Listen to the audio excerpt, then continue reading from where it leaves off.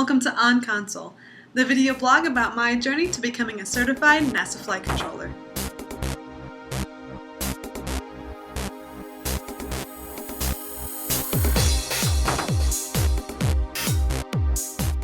Hi again, Jenny here. This episode will be on the audio system, which is segment 3, module 2 of my flight controller training. An important part of the audio system are the public calls. Now, there are 5 public calls with different purposes, and they can each have up to 12 members. So, a public call is pretty much like a conference call that everyone can talk over. Now, the crew can add different ATUs, those telephones in the modules I talked about before, or we can. We also add in our space-to-ground channels and our channels over to the Russian side. Now, audio to the crew quarters is a little bit special. So there's always one crew member who's on call, and their personal quarters are connected to one of the Node 2 ATUs. Node 2 is where the crew sleeps. Now, the ATUs are responsible for enunciating our caution and warning tones, so if something happens, only one person hears it. Now, for emergencies, it's a different story.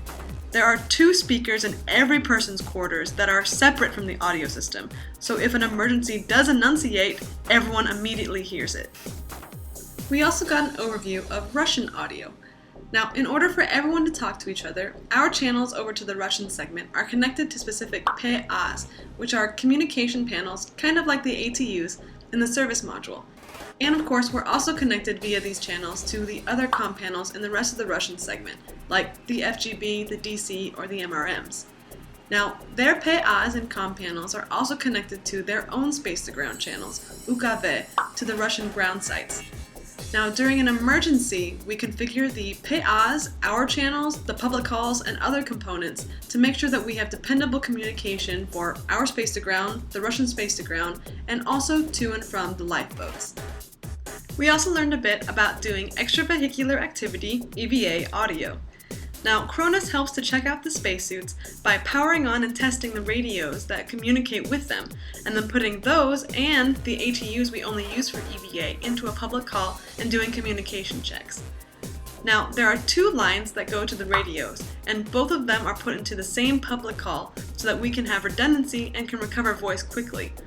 During an EVA, if we lose voice with a crew member, we only have a very, very short amount of time before we have to abort the entire thing.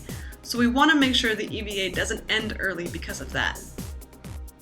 During this module, we also went through the procedures for an IAC swap.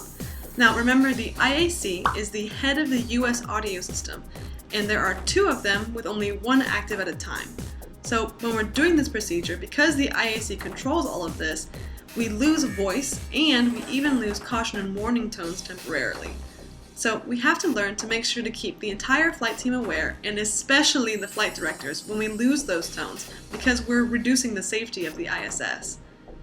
Now afterwards, after we do the actual swap, we have to reconfigure our space-to-ground channels and put those into public calls, reconfigure our Russian channels and put those into public calls, and also put back all of the ATUs that were in those 5 calls with 12 members each before the IAC swap. Now, for now in our training, we have to do all of this manually, which takes a pretty long time. Cronus adding space to ground 1 to public call 1 on my mark, 3 to 1 mark. Cronus adding lab 2 ATU to public call 2 on my mark, 3 to 1 mark. Cronus adding node 3 ATU to public call 5 on my mark, 3 to 1 mark. Cronus adding cupola ATU to public call 5 on my mark, 3 to 1 mark. So yeah, we have heard of this magical fancy pants script that automatically configures the public calls for us, and I can't wait to learn it that way.